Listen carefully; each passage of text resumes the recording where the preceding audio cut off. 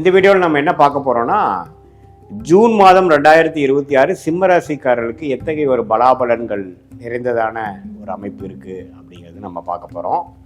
இப்போ 2026 ஜூன் மாதம் பிறக்கும் பொழுதே பார்த்தீங்கன்னா குரு பெயர்ச்சி ஆகி 11ஆம் இடத்துல இருக்கக்கூடிய அந்த குரு 12ஆம் இடத்துக்கு வந்து அஷ்டம சனியால் பாதிக்கப்பட்ட சிம்மராசிக்காரர்களுக்கு நல்ல ஒரு பலாபலன்களை கொடுக்குது.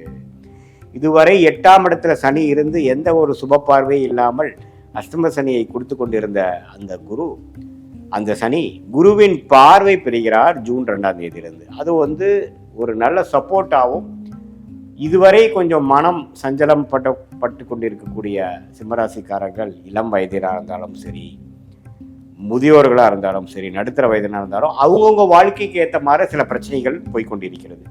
ஸோ அது எப்படி வந்து நம்மளுடைய இந்த குரு பயிற்சினால நல்ல ஒரு அமைப்பு வருதுங்கிறது தான் நம்ம தெரிஞ்சுக்கிறோம். ஏன்னா அந்த 8ஆம் இடத்துல இருக்கக்கூடிய சனி கொஞ்சம் குருவின் பார்வை பெற்று அவங்கவுங்களுக்கு வரக்கூடிய அமைப்புகள்லாம் சரியாகிற மாற, கொஞ்சம் தன்மை குறையிற மாற, வக்கரங்கள் குறையிற மாற, இன்டென்சிட்டி குறையிற மாதிரி அமைப்பை கொடுக்குது.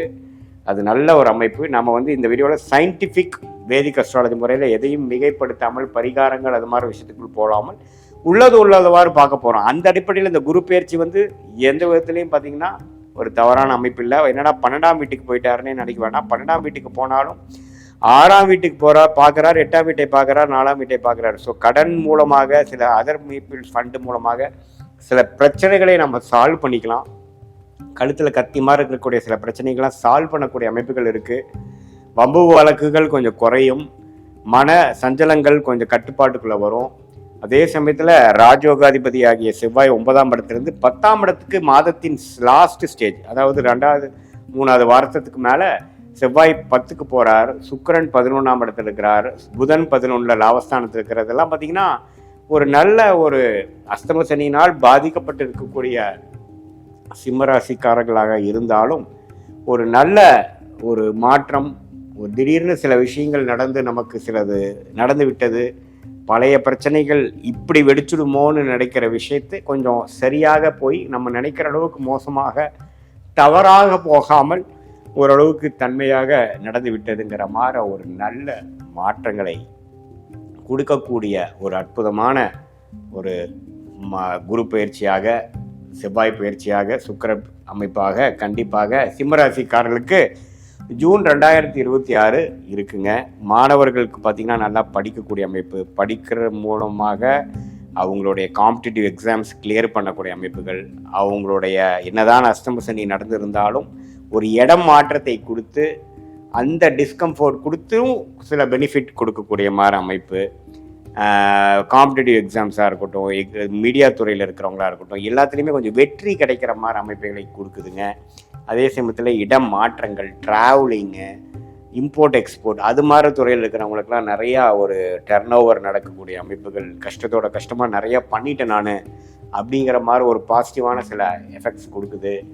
கடன் எதிர்பார்த்துட்டு இருக்கிறவங்க கொஞ்சம் ஒரு வரவேண்டிய பணம் பேங்க்கில் ஒரு ஓடி அது மாதிரி எதிர்பார்க்குறவங்களுக்குலாம் டக்குன்னு கிடைச்சி சில பிரச்சனைகள் சால்வ் பண்ணிட்டு ஃப்யூச்சரில் வந்து நான் அதை அடைச்சிருவேன் அப்படிங்கிற அளவுக்கு பாசிட்டிவான சில அமைப்புகள் எல்லாமே வந்து இந்த அஷ்டம சனி தாக்கத்தில் பாதிக்கப்பட்டு கொண்டு இருக்கக்கூடிய வயது வித்தியாசம் இல்லாமல் எல்லாத்துக்குமே அவங்களுடைய வாழ்க்கை சம்பவங்களுக்கு தகுந்த மாதிரி சில பிரச்சனைகளை கொடுத்து கொண்டு இருக்கக்கூடிய சிம்மராசிக்காரர்களுக்கு நல்ல ஒரு அமைப்பாக குரு 12 வந்து அந்த 8ஆம் வீட்டில் இருக்கக்கூடிய சனியை பார்த்து மறைமுகமாக சில பெனிஃபிட்ஸ் நமக்கு கிடைக்கக்கூடிய அமைப்பு வந்து சிம்மராசிக்காரர்களுக்கு கண்டிப்பாக உண்டு அப்படிங்கிறத நம்ம தெரிந்து கொள்ள வேண்டும்.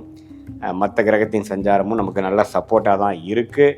இது பொதுவான பலனை தவிர உங்களுடைய ஜென்ம ஜாதகத்தில் நீங்கள் பிறந்த தேதி, பிறந்த நேரம், பிறந்த ஊரை வைத்து வரக்கூடிய திருக்கணித பஞ்சாங்கம் போட்டு நீங்கள் எந்த லக்னத்தில் பிறந்தீங்க, நீங்கள் சிம்மராசியில் பூர நட்சத்திரமா, மக நட்சத்திரமா, உத்திர நட்சத்திரமா, எந்த நட்சத்திரத்தில் நீங்கள் பிறந்திருக்கீங்கிறதெல்லாம் பார்த்து அந்த தசநாதன் புக்திநாதன் அந்த லக்னத்துக்கு எத்தகைய ஆதிபத்தியத்தை கொடுக்கக்கூடியவர், அவர் ஜாதகத்தில் எப்படி திக்பலம் திருக்பலம் ஸ்தான பலத்தோட இருக்கிறாருங்கிறதெல்லாம் நம்ம பார்த்து ஒருங்கிணைத்து இப்போ சொல்லக்கூடிய அந்த கோச்சார் அமைப்பையும் சேர்த்து வைத்து நம்ம பார்க்கும் பொழுது நெக்ஸ்ட் வரக்கூடிய ஷார்ட் டேர்ம் எப்படி இருக்கு, அடுத்து வரக்கூடிய லாங் டேர்ம் எப்படி இருக்குங்கிறதெல்லாம் சேர்த்து வைத்து பார்க்கும் பொழுது அருமையான பலன்கள் நம்மளால எடுக்க முடியும்.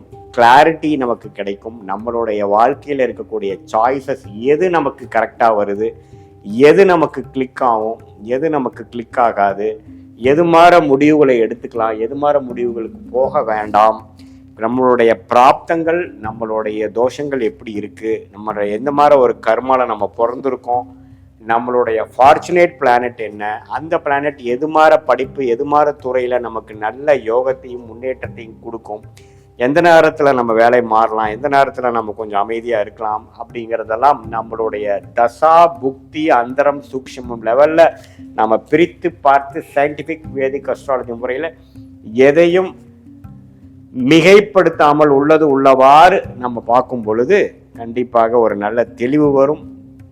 அது மூலமாக வாழ்க்கையை நீங்கள் திட்டமிட்டு எதிர்நீச்சல் போடாமல் தேவையற்ற சமய விரயங்கள் பொருள் விரயங்கள் பண்ணாமல் நம்மளுடைய பிராப்தத்துக்கு நிகரான செயல் திட்டங்களை செய்து அதுக்கு தகுந்த மாதிரி நேரங்க சமயங்களில் நம்ம செய்யும் பொழுது நல்லாவே வாழ்க்கையில் நம்மளுடைய சாய்ஸஸ் என்ன, நம்ம எது மாதிரி விஷயங்கள் நம்ம ட்ரை பண்ணுறோம், அந்த விஷயங்கள் நமக்கு நல்லபடியாக கர்மாவில் காத்து கொண்டு இருக்கிறதா, நமக்கு அது நல்ல விஷயமாக முடிகிற மாதிரி அமைப்பு இருக்கா, எந்த நேரத்தில் நம்ம செய்யலாம், எது நமக்கு உகந்ததுங்கிறதுல நம்ம பார்க்கும் பொழுது நம்மளுடைய பாஸ்ட் லைஃப் எப்படி போனதையும் நம்ம ஒரு சிங்க்கு எடுத்து அது பிரகாரம் ப்ரெசண்ட்டில் இப்போ எந்த மாதிரி சர்க்கம்ஸ்டன்ஸில் இருக்குங்கிறதையும் எடுத்து ஃப்யூச்சரில் எந்த மாதிரி விஷயங்கள் நம்ம காட்டிருக்குது, எதை நம்ம குழப்பிக்க வேண்டாம், எது எப்போ நடக்கும் அப்படிங்கிறது தெரிஞ்சுக்கிட்டோம்னா எப்படி நம்ம ஒரு இடத்துக்கு போகும்பொழுது நம்மளோட கூகுள் மேப்பில் பார்த்து நம்மளுடைய லொக்கேஷன் என்ன, நம்மளோட ரூட் என்ன, எவ்வளோ கிலோமீட்டர்ஸ் இருக்குது, டிராஃபிக் எப்படி இருக்குதுங்கிற மாதிரி எல்லா டீட்டெயில்ஸும் பார்த்து போகும்பொழுது நம்ம ஒன்றுமே கிளாரிட்டியோட ஒரு மென்டல் ப்ரிப்பரேஷனோட போய் டெஸ்டினேஷனை அச்சீவ் பண்ணுறோமோ ரீச் பண்ணுறோமோ அதே மாதிரி நம்மளுடைய வாழ்க்கை டெஸ்டினேஷன் வாழ்க்கையில் இருக்கக்கூடிய அடுத்த படிநிலைக்கு நம்ம டிரான்ஸ்ஃபர் ஆகும் பொழுது எது மாதிரி வாழ்க்கை சம்பவங்கள் நமக்கு வருகிறது, எது மாதிரி விஷயங்கள் நமக்கு காத்திருக்கிறது, எந்த முடிவுகளை எப்போ எடுக்கலாம். ஏன்னா நம்ம 1000 வருஷம் வாழ போகிறதில்ல. ஒரு தவறான முடிவுகளும் காஸ்ட்லியாக தான் இந்த வாரம் இருக்க போகுது. இப்போ இருக்கக்கூடிய பொருளாதார நிலைமையிலையும் இருக்கக்கூடிய பல சிக்கல்கள்லையும் ஒரு முடிவுகளும் கரெக்டாக எடுத்தாதான் வாழ்க்கையில் பின்விளைவுகள் இல்லாமல் ஸ்மூத்தாக போகக்கூடிய அமைப்புகள் இருக்கிறதுனால இந்த பரிகாரங்கள் மூட நம்பிக்கைகள் அது இதுன்னு சொல்லாமல் உள்ளது உள்ளவாறு ஒரு கிரகம் இப்படி இருக்கும் பொழுது நம்மளுடைய பாஸ்ட் லைஃப் எப்படி அமைஞ்சது, எந்த நேரத்தில் நல்லா இருந்தோம், எந்த நேரத்தில் நம்ம டெவலப் ஆகி வந்தோம், அதே மாதிரி இப்போ ஃப்யூச்சர்லேயும் இந்த தசையில் எப்படி காட்டுது அப்படிங்கிறத உங்களுக்கே ஒரு மிரர் மாற ஒரு கண்ணாடி போல உங்கள் வாழ்க்கையை நீங்களே பார்த்து அதுக்கு தகுந்த மாதிரி ஒரு கன்ஃபியூஷன் எல்லாம் குறைச்சி கிளாரிட்டி எடுத்து நீங்கள் செயல்படும் பொழுது நீங்களும் குழம்பி அடுத்தவங்களையும் குழப்பாமல் ஒரு தெளிவான வாழ்க்கையை உங்களாலையும் வாழ முடியும். சயின்டிஃபிக் வேதிக் அஸ்ட்ராலஜி மூலமாக நீங்கள் வாழ்க்கையில் மேம்படலாம் என்பதை சொல்ல விரும்புகிறேன். மீண்டும் மற்றொரு காணொளியில் சந்திப்போம். நன்றி, வணக்கம்.